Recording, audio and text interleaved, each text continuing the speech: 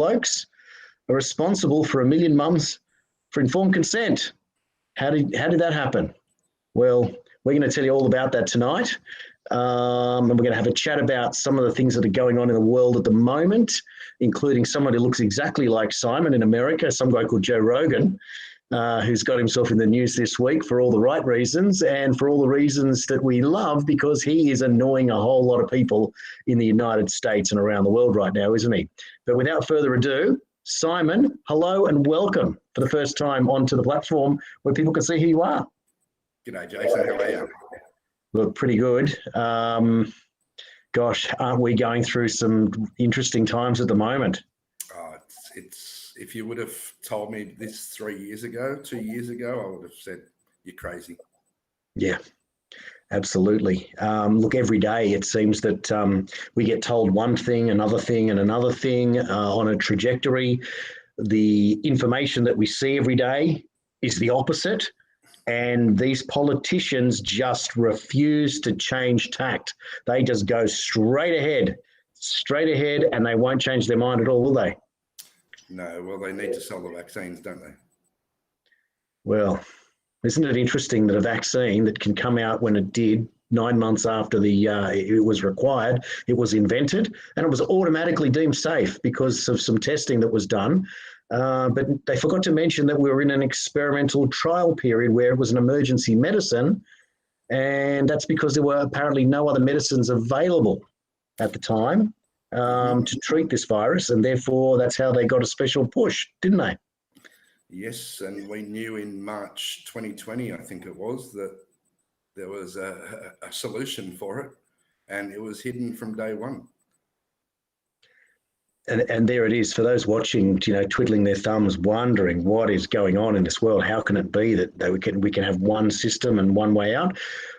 For those of us who've been watching this since the very beginning, which was pretty much December of 19 in China, we could pretty much work out where they were headed, couldn't we? From the very beginning, we knew what was going on. We could already get information coming out of China, where it came from, what the official story was, and what the unofficial story was, which I found was interesting. Yeah, and people like Judy Markovits was saying it from day one as well, and explaining the whole story about Fauci and how HIV and back in those days of what happened, and all the way to now, as to completely explain the whole fiasco. And what she has said has turned out to be true. Isn't that interesting? And dare we not mention that name again, for which we'll automatically be disbarred from these social media platforms. Well, hopefully they don't understand the Australian accent and they'll completely miss over that name that we just mentioned. But for those of you who get to see, you can always rewind and watch it again. Now, I've just had a comment that's come through live, and they're just saying that your audio might be a little bit low, Simon. So I'm not sure if you can maybe adjust your mic a little bit closer to your mouth or just yell a little bit more.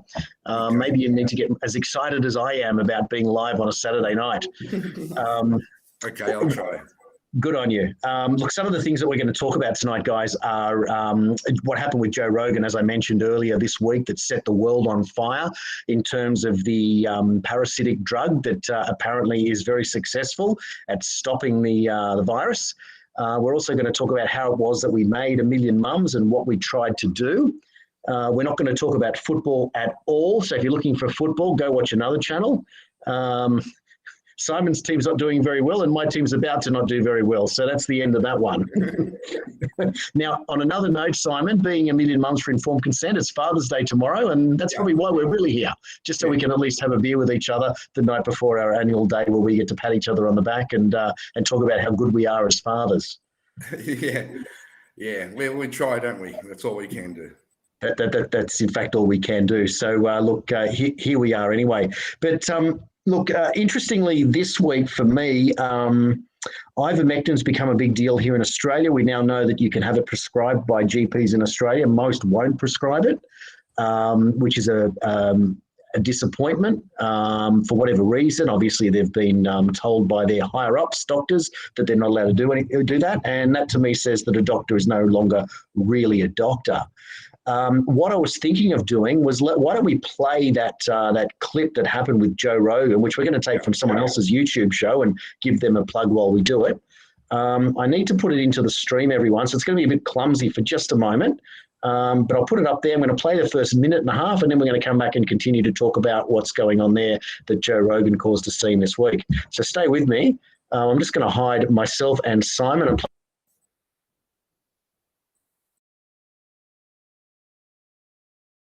What if I do not take my hat off? If you refuse, you're going to be arrested and taken to jail. If I don't take my hat off, You're going to be fingerprinted and processed. Actually, you're not going to be taken. You're not going to be taken to jail. You're going to be fingerprinted and released. but I'll be arrested though Yes, for wearing a hat that says "Make America Great Again." that's correct.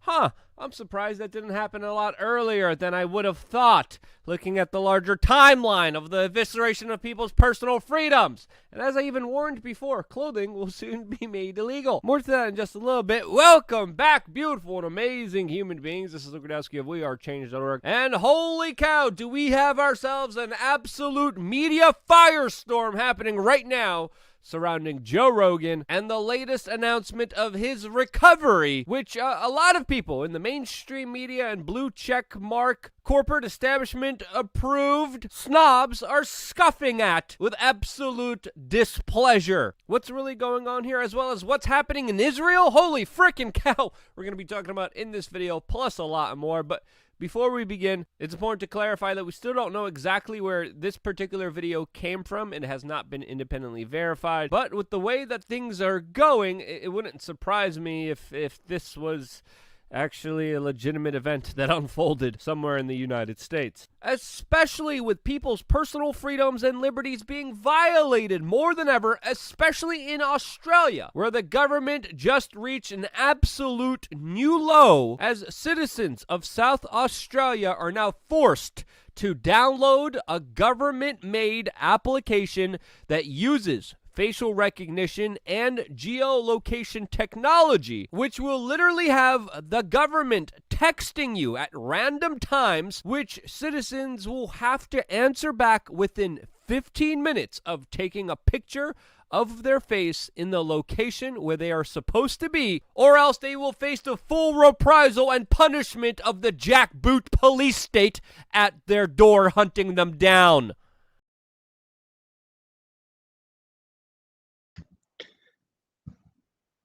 hang on, here he comes.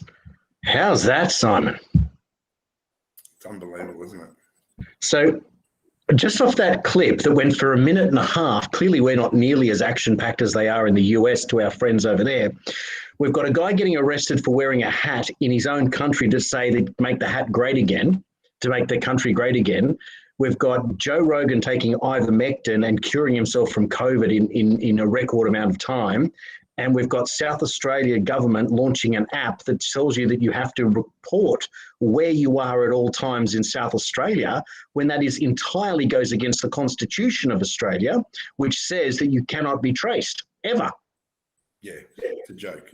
I mean, we find it hard enough to put ankle bracelets on pedophiles, but if you've got a flu, all of a sudden, the law is in their hands, and the Constitution goes out the window. Well said, absolutely well said. What do you make of Joe Rogan's recovery and his reaction? Well, that wasn't a record recovery at all, according to Dr. Z, ELENKO. Mm-hmm. He makes his patients recover in record time all the time. Yes, 99.9% of them. So, and that's thousands. That's not tens. That's not hundreds. That's thousands. And then hundreds of thousands when you consider all the professors he's taught for their patients. Yes, that's exactly right. And Dr. Z, as we'll call him, to slide under the radar here with the AIs that are policing everything. But he's a doctor that has been nominated for a Nobel Prize.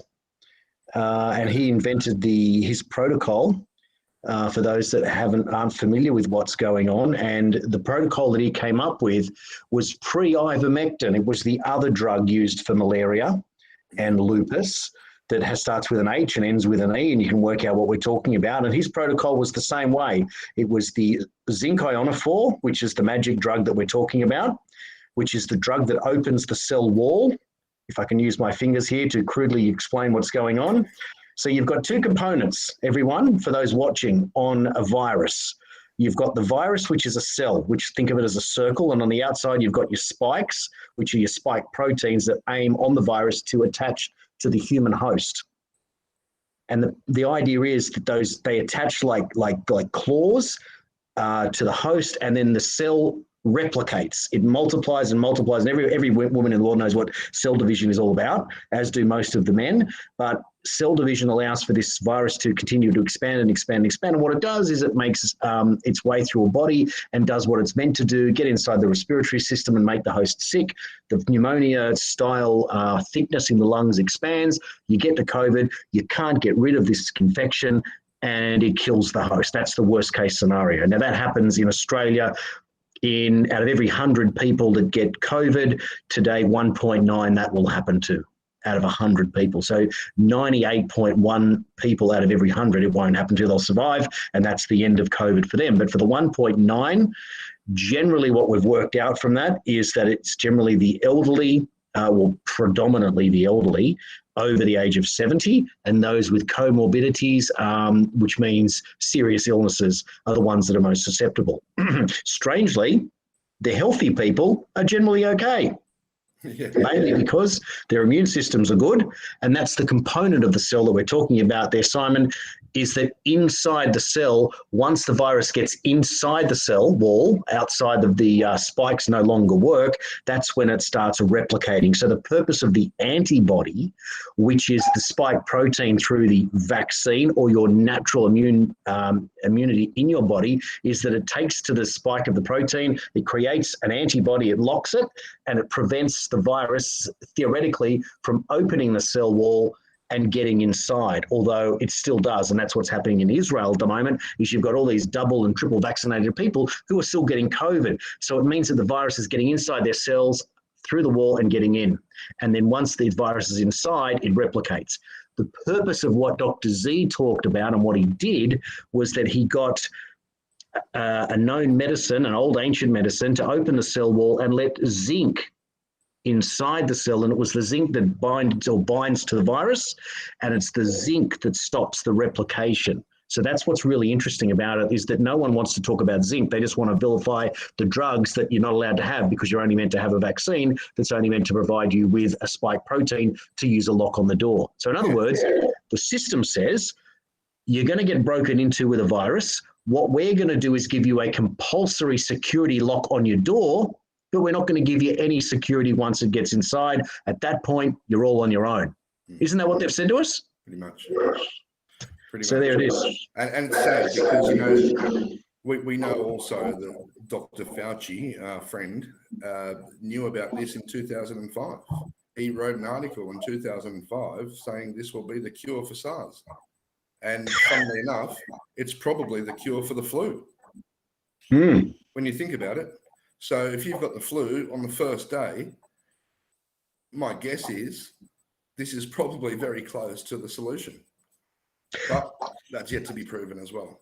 Well, of course, and given that we're not doctors, of course, the anti-citizen community will get on and throw punches at us. And good luck to you guys. You've been throwing them at me for 10 years already, so keep throwing them, but we're still here and we're still trying to get the truth out. But Simon, before we get to talk about a little bit more about what we saw in that clip, particularly the unbelievable idea that you can now discriminate against people just because they wear a red hat that says "Make America Great Again" when you're in America, I wanted to bring up today, I released my latest report, and I did some interesting studies this week, and I looked at Australia versus Nigeria. And I also looked at Palestine versus Israel that we've been talking about for months. Now, I don't know, you probably haven't had a chance to look at the report, it's only just come out, but the reason that I wanted to look at Nigeria was that it was the #1 malaria country in the world. No country in the world suffers worse malaria infection than Nigeria. And what we know is that both HCQ and IVA are both anti-parasitic drugs. And so it would stand to reason that these drugs would be used in managing malaria. Well, interestingly, in Nigeria, they have annually 51 million cases of malaria in that country. And each year they have 207,000 deaths, which represents a 99.6% survival rate, which is incredibly high when you think, but 51 million cases of malaria. Now, to give you a perspective, there's 212 million people in the country. So roughly 25% of the country gets malaria every year. And they don't actually use, it's incredible, right? Yeah. And they don't actually use HCQ or ivermectin, but they have 6 other drugs, one of which is quinine, but 6 newer drugs. And interestingly, when I was researching the latest drug, which has got this long name starting with A and it's almost impronounceable, and I'm not going to try, but when I was looking up to get more understanding of it, it said scientists still don't even understand how it actually works, and yet they use it as their primary drug. But here's what I found out about malaria. The reason that when the mosquito bites the body and gets and injects this parasite into the human bloodstream, the way that it can get through the bloodstream quickly is because that the blood from the mosquito with the parasite has got a very, very thin layer of cholesterol on the blood. So it glides through the stream really quickly and infects the host, and that's what makes them sick. So it turns out if the drug can put a thicker coating of cholesterol on the parasite, it slows it down to a stop and it dies. And the other interesting part of the malaria treatment is sodium, which is salt. So salt and fat is what they use to kill malaria in these drugs. And I find that astonishing. So for the first time ever, the government's right about something that if you go get your fast food drive-through, you're not going to get malaria as quickly as someone else, apparently. So there's that. But what was more interesting about Nigeria was when you look at the fact that it's such an obvious malaria-ridden country that everyone needs to be on malaria drugs all the time, that their COVID statistics from a third world country with 212 million people, they've only had 2,500 deaths from COVID, Simon. Yeah, right. In Nigeria, a third world country with a gross domestic product per capita of just $3,000 US per head against Australia's $53,000 US per head. So they're 17 times poorer than we are. And on their per capita basis of death, they've got the lowest in the world in Nigeria in 12 deaths per million people. And Australia, who's meant to be the benchmark, our deaths per million people in our country is 39. Right. More interesting, though, is the amount of cases. We've had 53,000 cases when I did the stats, Nigeria 191,000. We've tested 32 million times to find those 53,000 cases, and they've tested 2.8 million times to get 191,000 cases. Well, they and less people testing asymptomatic people, I'd imagine. I don't think they are, I would imagine. And it's obviously showing in the death numbers that you probably don't really need to either. It also shows in the budget. Well, that's a really good point, because I went and drilled down on that, and it turns out that if you budget $200 per test, and obviously in Nigeria it's going to be cheaper, but in Australia it averages out at $119,000 per diagnosis is what we spend on PCR testing in this country. And in Nigeria, if you allow the same $200 per test, it costs them $2,844 per diagnosis. Isn't that interesting? No. So when our testing reveals 1 in 588 people tested test positive for COVID, and in Nigeria, it's 1 in 13 who gets tested. So clearly they're waiting a little bit longer and looking for symptoms before testing. Also in Nigeria, 7-day quarantine, not 14 days, 50 people allowed in a church, no police locking you down from the point of view of fining you. You're just expected to know the rules and do your own thing. Oh, so it's not.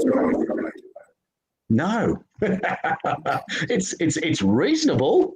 It's protective, but it's not saying that you have to be there by their rules, and certainly not what you do in South Australia, according to that last report, which is you now have to have an app on your phone that tells the government where you are at any time that they may ask. Hang on a second, I'm in the bedroom. I'm in the middle of doing some business. Hang on, I've got to get back to the government. What? It's unbelievable, isn't it? Where do we go with this? Like, where do we go as the general public to think, come on? Well, the government wants full control. That's it. They want full control of your life, of every part of your life. Yes. That's it. It's as simple as that. And the last way they can get it is by linking your medical to your tax, to your everything else. That's it. They want control. I've been saying this for a couple of years now, and they want Chinese-style control. They want the type of control they have. So you're talking social credit score? Yeah, oh yeah, absolutely. Well, it starts already with the passport, right? You're not allowed in to certain places without your passport showing that you've got a little green pass that you've had your vaccine. That's what they want to do. Which, of course, is illegal. And, of course, Australians are going to be able to fight this with their legal teams eventually, but not before. How did these people vote on behalf of the public, on behalf of us? How did they vote for this? Craig Kelly and George Christensen's on two of them are on one side of the bench. The rest, the whole Labor, Liberal, Greens, Nationals, everyone, they all want this. Of course they want this as a tyrannical government, which they both are, and they've both proven that on a state and federal level. They just want full control.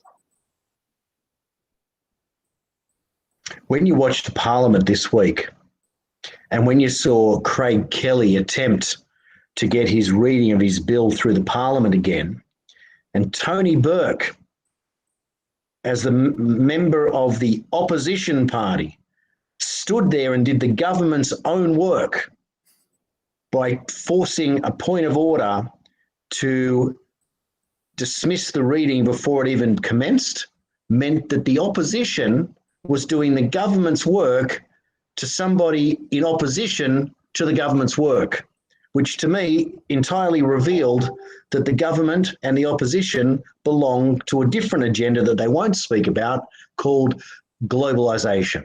And it's obvious and it's as clear as day that that's all these people want. And look, not even Alan Jones will talk about globalisation. I don't know who's talking about it on Sky News. They just don't want to talk about it. It's like it doesn't exist. But we've been talking about this for years. And you only had to watch the previous president to realise that he wasn't a globalist, he was a nationalist, and he was taking measures to stop it. But now we're seeing it in full speed. It's scary pattern. And basically, if you look a few years down the track, under a global government, our federal government becomes the state government, and the global government becomes our overlords. If that happens, what a lot of people don't realise is we are going to have a couple of 100 million people here within a decade. I've seen cities, I've been going to China myself for years. I've seen cities of 25 million be built in 2 years with full infrastructure. So imagine the globalists just say, Australia, look, we're going to have to put a couple of 100 million people there. And you've got no choice. You can fight all you like. It's too late. How? What are you going to do? Well, you can't. Not when you're under a global government. You can't. You're stuck. We can't even get out of Australia now.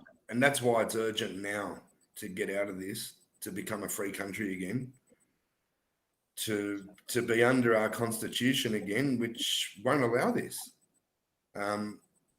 We can be part of the global environment. We can help. But if we become part of their solution, we have got some big problems ahead.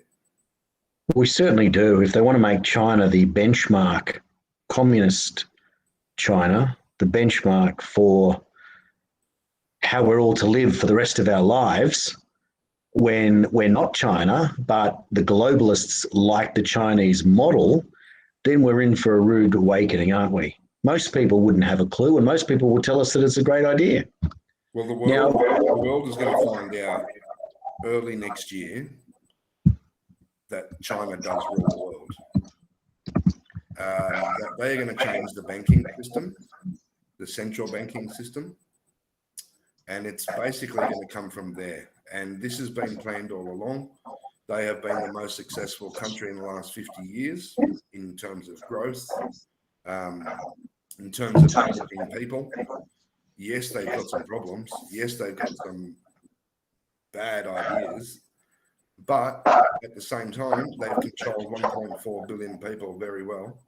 They've brought them out of boredom 50 years ago to now half the country being quite well off in terms of what they were. So does that mean the rest of the world thinks that it is the appropriate business model? Is that what you're saying, having been to China? The leaders do, absolutely. They love the idea of control and being able to do what they want, when they want, how they want. There is no way in Australia we could build a city in 2 years. There's just no way.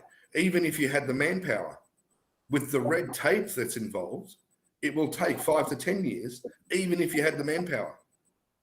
But cut out all that red tape and have a globalist leader just say, that's what we're doing. What are you going to do? Isn't it interesting? Who becomes the leader of the globalists? Is it that clown from the World Economic Forum, or is it some other private organization that gets to choose? Or maybe they'll just make Fauci the head of the globalists, and Bill Gates can, make his medicine for him. And then we can just listen to those guys. I mean, where do they even get off? Simon, we're getting asked, are we taking questions from Kate? Yes, we are. Please send them through. You can just type them up and we'll have a shot. I don't know if we can give you the winning lotto numbers, although what would you do if you won $80 million today anyway? Put it in Bitcoin. Because $80 million is not enough. Well, given the house prices have been going up so much and the hyperinflation that's coming, $80 million might be like $8,000 in a year's time. Who knows? Well, that's the problem. That's the problem. And look out for some Chinese Bitcoin. Yeah. You know what they did? Do you know what they did in China to get the whole digital currency going? They gave everyone $1,000. Yeah, right. Here you go. Here's your account, free. Just start using it. Mm. And the way they've done it in China, and I can say this, I've been going there for years, okay, and I've seen the growth, and I speak to a lot of people over there. For the most part, they're a happy people. Believe it or not, they're a happy people. They've seen the growth. 30, 40, 50-year-olds have seen the growth so fast from the time they were kids to now and they can see on social media, compared to the rest of the world, they are now the world power. They love being the world power. They're not a irate people. They're a very peaceful people. So you won't get war out of them unless you want to pick them as war. But at the same time, you can't cross them. And as a country, they have come a very, very long way. And, there will be some advantages to what they do as globalists, believe it or not. I know a lot of people are going to hate me saying that, but there are some good things that can come out of it. However, the bad outweighs the good.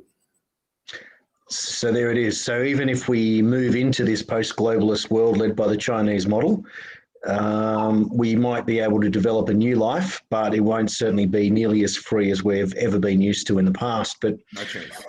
But for us as men in their moving into their late 40s, early 50s, we've been around long enough to have seen a lot of development. But for our children, for example, they wouldn't know any of what we've seen. So to them, it might seem a little bit more normal than what we're used to. Our kids don't know the world without the internet. They don't know the world without PlayStation. It's a very different world they're going to live in, quite possibly. depending on what happens. We're kind of fork in the road, and we could be going one way or another. And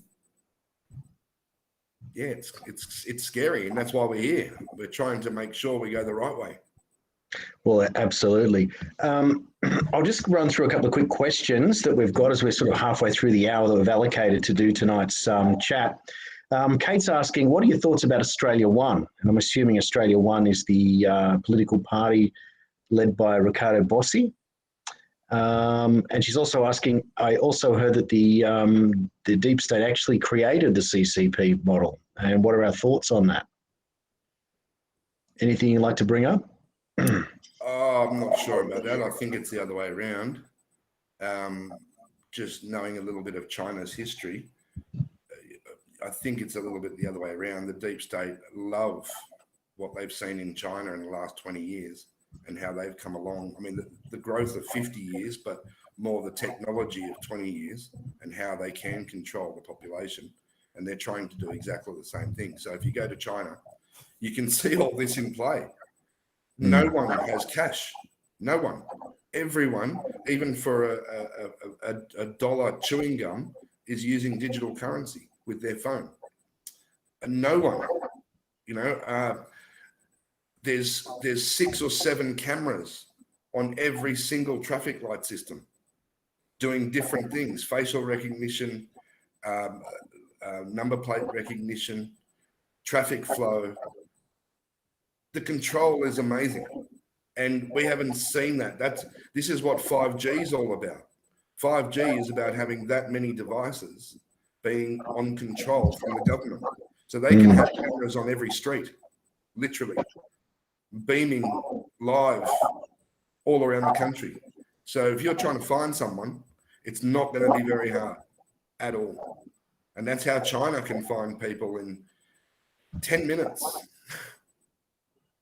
Unless you're inside. If you're outside, you cannot be away from the Chinese government for more than 10 minutes. Wow. Yeah. I'm just thinking of what they could have done in China had Hunter Biden gone there last year. Might have found something. Don't get me started on that either. Really. To what's happened in Afghanistan is all because of Biden and China. And people don't realize that yet. And it's sad. It'll come out. It'll all come out. And what you're alluding to is the fact that China wanted the Taliban in power in Afghanistan, and Biden delivered, didn't he? Quick, smart. And now they're part of the Silk Road. Yep. All of a sudden. As if this happened in the last 2 weeks. All of it. So it was all pre-planned, the whole lot. This has been going since January. So it's fair to say that Joe Biden is probably the first American president of the globalist era, if that's the case, because he's certainly not a president of America. He doesn't represent America at all. Well, Obama just couldn't get the plans fast enough in place, and Hillary was supposed to finish it off. Yes. But, that didn't happen, and now we can see the desperation in the first 6 months, how many executive orders he signed to totally wipe out what Trump did. Yes. And the world can see it. I mean, the world can see that as arrogant as Trump was, there was no wars. There was no wars. No. And now look at what's happening to the world within 6 months. And in America, your prices have gone up for all food in a big way. If you can get gas, it's 3-4 times the price in 6 months. How did this happen in 6 months? All by executive orders that Joe Biden signed to screw his own country. Yeah. For the globalists. Yes. Yes. And how you can be the president of a country and provide a disservice to your country and get away with it. Where's the media? Well, as we were saying for 5 years, we are the news now because we're the only ones doing the actual news, and we're doing it from our bedrooms and our lounge rooms and our studies and our cars. And this is what has to happen. To continue through, Simon, I'm just going to quickly comment. Look, Australia One, if we're talking about Riccardo Bossi, Look, I find him a very impressive person to listen to and to watch. He's obviously a terrific leader. He's written a great book about leadership that I'm actually reading at the moment. I personally don't think that Australia One can penetrate the electorate on its own. And so my theory, along with obviously what Simon's going to back me up with, is that I think that the minor parties, of which there are 5 or 6 really good ones, need to merge under one major umbrella and either be the Freedom Alliance or the Free Will or something to do with free, because if you trade your freedom for safety, pretty soon you'll end up with neither. What about just a constitutional party? Well, it could be that as well, couldn't it? Because that's pretty obvious. But like any politics, of course, there's other things that you need to do. But if you don't have your constitution, you've got nothing. And that's the beauty of the Great Australian Party under Rod Culleton, because that is all about the constitution. And Rod Culleton is a real student of that and is actually challenging the all the way legally, which is brilliant. So it's good that you brought him up. So you've got Australia One, you've got Rod Culleton's Gap Party, you've got the Liberal Democrats that have done quite well over the last sort of decade, that are introducing some big names into the political arena. They've recently signed up some former leaders to their party. You've also got One Nation, which is sort of punching above its weight with Mark Latham, the former Labor leader, the alternate Prime Minister of 2004, has joined their party, at least in New South Wales. Malcolm Roberts doing some great things there. And then you've got, who's the big name that we're talking about at the moment is Clive Palmer recruiting Craig Kelly. It's more exciting than watching the draft in the AFL, I tell you. There's some real shenanigans and movings and shaking going on now in the political world. I'm just waiting for Peter Garrett to turn up. Tell you what, if I was Liberal or Labor, I'd be a little bit worried. You can see it. You can see it all over social media. They are both getting absolutely hammered. And Craig Kelly, to get 30,000 members in 10 days, I dare say that's a record for Australia. I don't know. Yep. Clive Palmer came out and said it's the fastest growing party in Australian political history. Well, there you go. Yeah. And that's amazing. And that tells you something about what's going on today in Australia. Well, absolutely. He now has more members in 10 days than every single NRL club has total. Not that that's a comparison, Really? but yeah, 30,000 members of a football team is enormous in Australian Rugby League. And I was only looking at the other day, just completely by chance, I was looking at some stats of football. And I noticed that Parramatta had about 21,000 members and some were closer to 30, but that was it. So huge numbers for a political party, especially one that's been mocked and vilified as much as Clive Palmer has. And if you want to go back into the political history, I mean, Clive got into politics a few years ago to challenge Kevin Rudd's ideas of a mining tax, and he was very successful. He got elected and he got rid of that mining tax, and he sat out 3 years and decided to run again, but wasn't re-elected. But now he's really got a spring in his step, which is a big deal. Simon, can I just get you to pull that mic a bit closer again? It's just a few of our viewers are just finding it a little bit hard to catch. That's all right. Moving along, Linda asks another question. What can we practically do to combat this global takeover from our low perch? We have to keep peppering MPs with emails.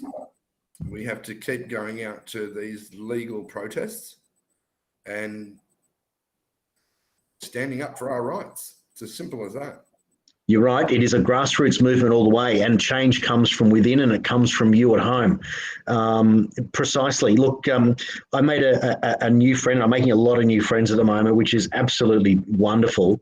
But my friend has written some letters for me that are very, very powerful. And I agree with you, Simon. I think a letter writing campaign by 500 or 600 people around the country who can write some very strong letters on some very important topics.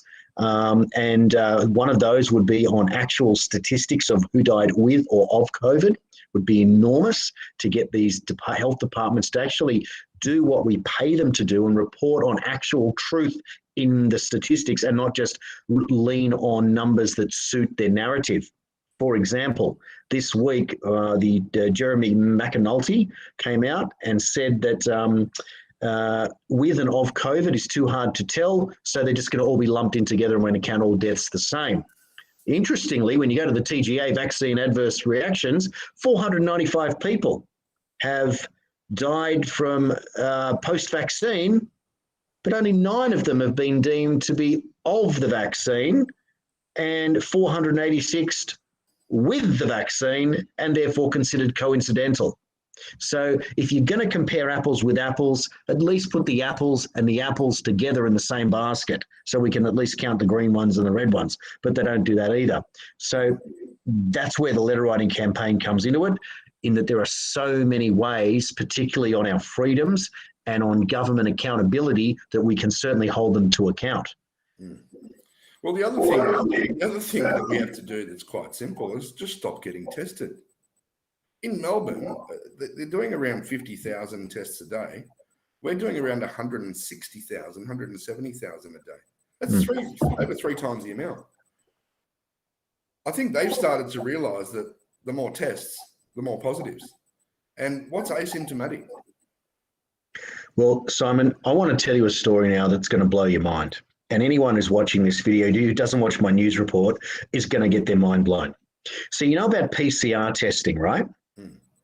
So this is the gold standard that Bill Gates announced before COVID. The gold standard, with his hands and Bill Gates and this bullshit, right? And it's the gold standard PCR test. Okay, PCR test invented by Kerry Mullis was invented to test for HIV viral load once infected, but not to test for the virus. But now it's tested for the virus. So what it means is they're obviously looking for a blurry viral load in their testing. And that's exactly what's come about. So here's some interesting stats for you. There's a thing called PCR cycle testing. And cycle testing refers to the amplification of the sample to make it bigger so you can look for more material in the sample. So it's considered that if you blow up the amplifier to 25 cycles, you are at the limit of what is reliable. 25. And I'll tell you why we come to 25.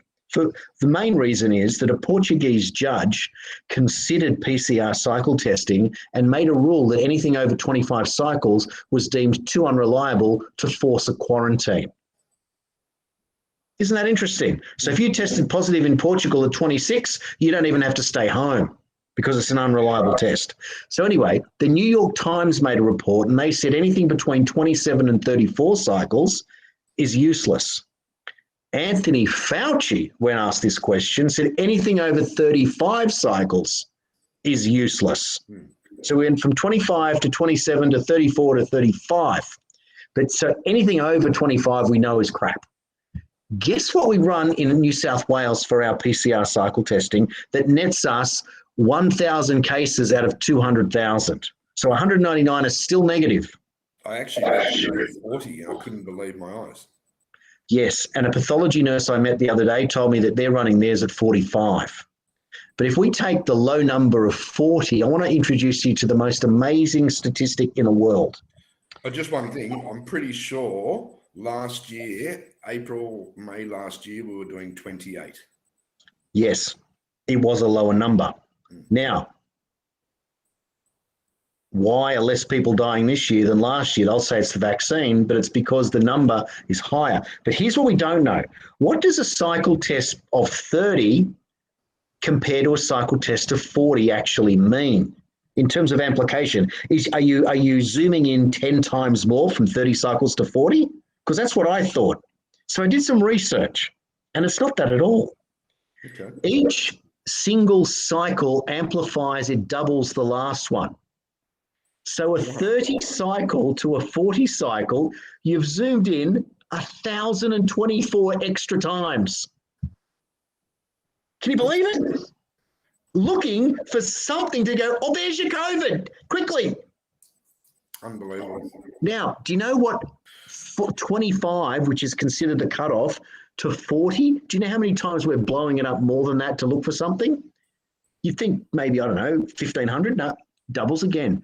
33,768 times. more amplified than a 25 cycle test. So you're 32. getting- no wonder they're getting positive tests off kiwi fruit. Yes. And here's the point.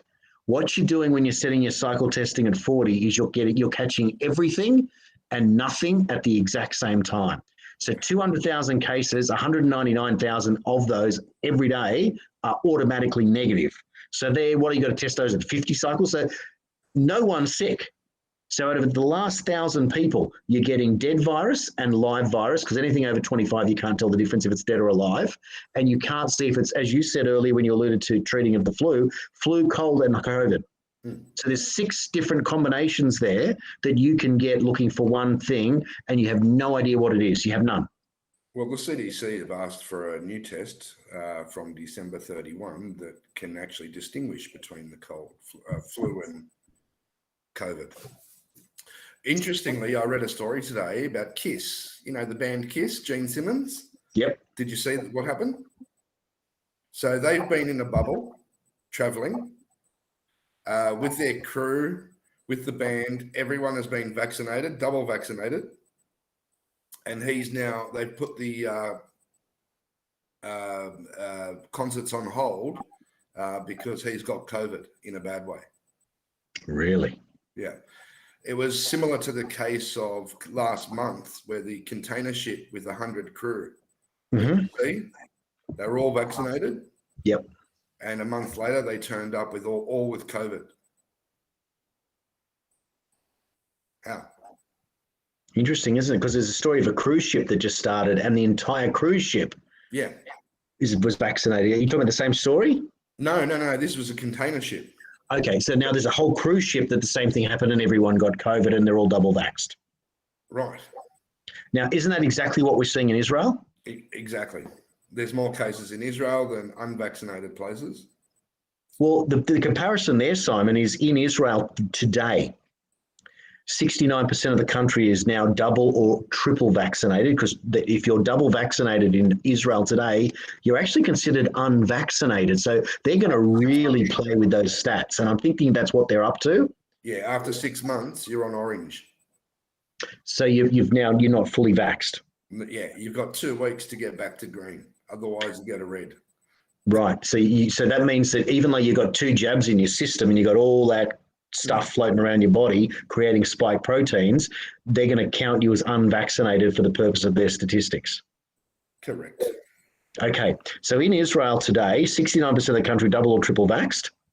They've got, they are, I think per capita, and I think even in case numbers, they've got more case numbers in that country than anyone I've ever seen. 9.3 million people, they've had over 1 million cases of COVID. 1 in 9 people has had COVID in Israel so far. They've had 7,000 deaths. They have had 19 million tests, and today there are 700. When I did the stats today, there were 732 people who were seriously ill. By comparison, in Palestine next door, not quite, a little bit over half the population, 5.3 million. They've only had 339,000 cases, which is massive compared, but Israel's had over 1 million. They have only had just over 2 million tests. They've only had 3,500 and something deaths, so about half of Israel, but they're larger than half the country. They've had 702 deaths per million in Palestine to 755 deaths per million in Israel. Now, after all of those stats, they've only got 52 people in hospital today who are seriously ill in Palestine compared to 732 in Israel. And their vaccination rate, Simon, 12.7%. So who the hell is getting vaccinated and what are they reading? And what the hell does Fauci say to this? Well, what the figure is the vaccinated are spreading Delta faster. And if you bring that up on the news, they'll shoot you. Well, we'll get put down for this, I'm sure. Yeah. Well, everyone, it was nice knowing you all. I'll have a beer with you, and we'll see you on the next post. But this is the point of what we're saying. It's just ludicrous, isn't it? But the data shows that. The data shows you. And look, Dr. Chant and Gladys and Andrews, they must know this. They avoid the questions like the plague, and they know it. So what are they going to do? Just keep feeding us the vaccines because they've sold it. The contracts that Pfizer have sold to the world is unbelievable. Find out why Argentina and Brazil didn't buy Pfizer and didn't want to have anything to do with them. Well, there's a story and a half in that one, isn't there? Mm. That's really interesting. But Pfizer, I mean, it's a criminal organisation. They've been fined millions and millions and millions of dollars. Billions. And yet the governments look at them like they're revered, like they're somehow special. It doesn't make sense. It really feels like Big Pharma is a form of mafia. It just feels like it because you're not allowed to, even doctors aren't allowed to question them anymore. No, medicine comes before the doctor. 100%. And yeah. APRA is a disgusting organisation who's also silencing the doctors in this country. AHPRA, yes, the Health Practitioners Association, disgraceful. And look, I'm familiar with some nurses that have just said, go away, I don't want to know you anymore. And they begged them to come back. So they know that it's a numbers game. So if there's some doctors and nurses out there that have got some intestinal fortitude or a pair of kahunas that they want to actually use, and you want to stand up and take some industrial action, you might be onto something in the medical profession, because at some point you're going to have to say to yourself, I can't do this anymore with a straight face. I just can't. And it doesn't matter how much I have to put food on the table for my kids. I can find another job. I can clean houses if I have to, but I'm going to do something because I can't continue to do what I do. And that's a call out to the medical profession, the medical fraternity. And there are many, many nurses out there that know exactly what I'm talking about. And there are many doctors. And I talk to some of these people every day. And it's not just the nurses and the doctors on the front line. It's the pathology nurses. It's the psychologists. It's the psychiatrists. It's all of the medical professionals out there. Look, the alternate therapy, the natural therapies, the chiropractors, they're all on this side of it. They all see the writing on the wall. They don't have to play by these rules. But for those people out there that are staying within the rules, I mean, come on. Haven't we learnt from the past, from history? I was just doing my job is not acceptable. Look, I can't blame people. You know, I really can't. You know, doctors are a well-paid job. What else are they going to do? If they can't practice, what else are they going to do? So I can understand why a lot of them are quiet. You know, you've got kids to feed. You've got families to take care of. I do understand. I know, but at the same time, this is where we're going. Well, the way forward through all of this is through people power. The internet, which has led us to where we are, is also the way out from where we are. 15 years ago, Simon, if we wanted to have a complaint about what's going on right now, we would ring up and wait on hold on Talkback Radio for 3 hours and maybe get through at 11:30 at night. Or we'd write a letter to the newspaper and we might get published once or twice in 3 months. But when our name got too familiar, you wouldn't get published anymore. Yeah. So that was the difference, I suppose. And of course, the other thing we'd do is we'd get on the phone and ring up our local MP and just nag the hell out of them. And the good thing about that was that they only ever needed 5 emails, or so 5 letters a day, and they would go into a tailspin on the same subject. Did you know that? No. Yep. So I learned that from an old-fashioned politician. If we get 5 letters a day, we panic on the same subject. Yeah. So if you get 20 emails a day on the same subject today, which you could easily organise, I reckon you get politicians getting a little bit nervous. Oh, they're getting hundreds.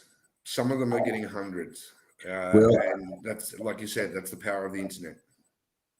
So the beautiful thing about what we're doing is that we can create something out of nothing. Mm-hmm. We can use tools that we already have. Everyone at home has got a phone or a laptop or a computer with a camera on it.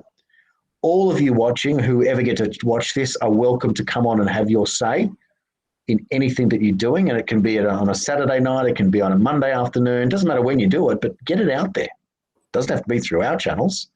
But the point of what we did, Simon, with 1 Million Mums for Informed Consent, was we wanted to build a platform that was a rearguard action against the tyranny of what is going on. And that is this. we don't believe that you can be forced to take a medicine compulsorily. Worse, we don't believe that you should even have the chutzpah, the gall, to say that you have to take an experimental medication compulsorily. That's just a bridge too far. So 1 million mums for informed consent was simple. It is the mums who will never let anyone between a lioness and her cubs, and they will be the engine, the powerhouse that will stand up when all else fails and put their hand out and say, no, you don't come near me and you don't come near my kids. Now, it's not to say we're anti-vaxxers or pro-vaxxers or whatever it is, because I'll tell you what, I've had many, many, many jabs, but I won't take this one. No. Certainly not yet. Yeah, right? And I know that there are more coming. We've done our research. We've studied the business model. We've seen the way that they've brought it to market, and we know that there are alternatives that work. So why would we commit to something for life for something that goes away almost seasonally, although part of the attraction of this pandemic is the fact that they've got it to run as long as they have so far. I don't remember SARS running this long or any of those ones running this long. This just seems to be dragging out for an eternity. PCR. Well, there you have it. Well said. So it goes on and on. It's a self-fulfilling prophecy, isn't it? Well, till December. So, yep. See what happens then. Which is also very interesting, because if ivermectin gets on the list as an accepted treatment, like permanently, that stops the vaccine experimental mandate. And so there'd also be a sense of urgency amongst the politicians pushing for high vaccine rates to get those numbers out as quickly as possible. And I know that in Australia, they talk a lot about November, and yet the 25th of October is one of these dates being touted that ivermectin could come out. And I'm not sure if that's for Australia or for overseas. And when I say come out, I mean as an accepted medicine, because there's a list of accepted medicines. So what's going to happen is that they're going to push the vaccine as high as they can, and they're going to aim for 80%. But at some stage,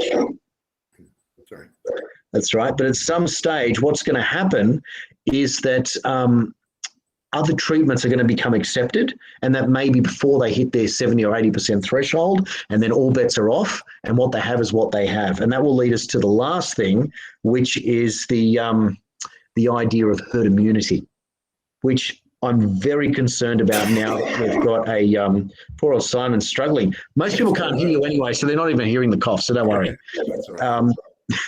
So where do we go at that point? Well, that'll be interesting. That will be the interesting time to see what happens. I don't know. I really don't know. It depends on how far we get. Looking at other countries, the more vaccinated we get, the more cases we're going to get. So it just depends. If we have 60 to 70%, I think we're going to have less cases than if we have around 80%. So yeah. Isn't that interesting that we need the numbers lower, they need the numbers higher? Yeah. 1 million mums for informed consent is not about pushing people to take it or not take it, and that's not what it's about. 1 million mums for informed consent is simply to show you what the real rules are and show you that it is always your choice. We've always been told it was a million mums for, your body, your choice. And why would it change it any particular other reason? My body, my choice. Absolutely. And, I'm not against the vaccine either. If they can prove safety, fine. I'm happy to take it if it's some sort of effectiveness. But so far, the effectiveness is actually almost zero based on the data. Okay. They like to tout numbers like 40% and 30% and 70%. But from what I can see, the vaccinated countries have got more cases. Yeah. Yep, that's exactly right. Look, we've got to the end of the allocated hour, and the reason we need to cut them off is that it just gets too long for everyone.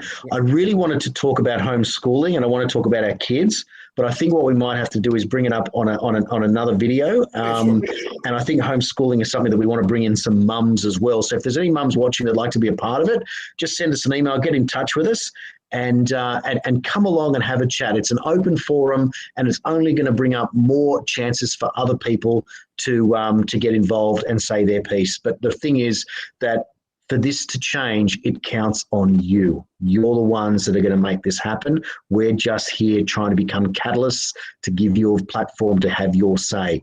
People power is what changes the world. Always has, always will. Simon, thanks very much. Good show. Yeah, thank you. Good on you. We'll see you on the next one, everyone. Bye.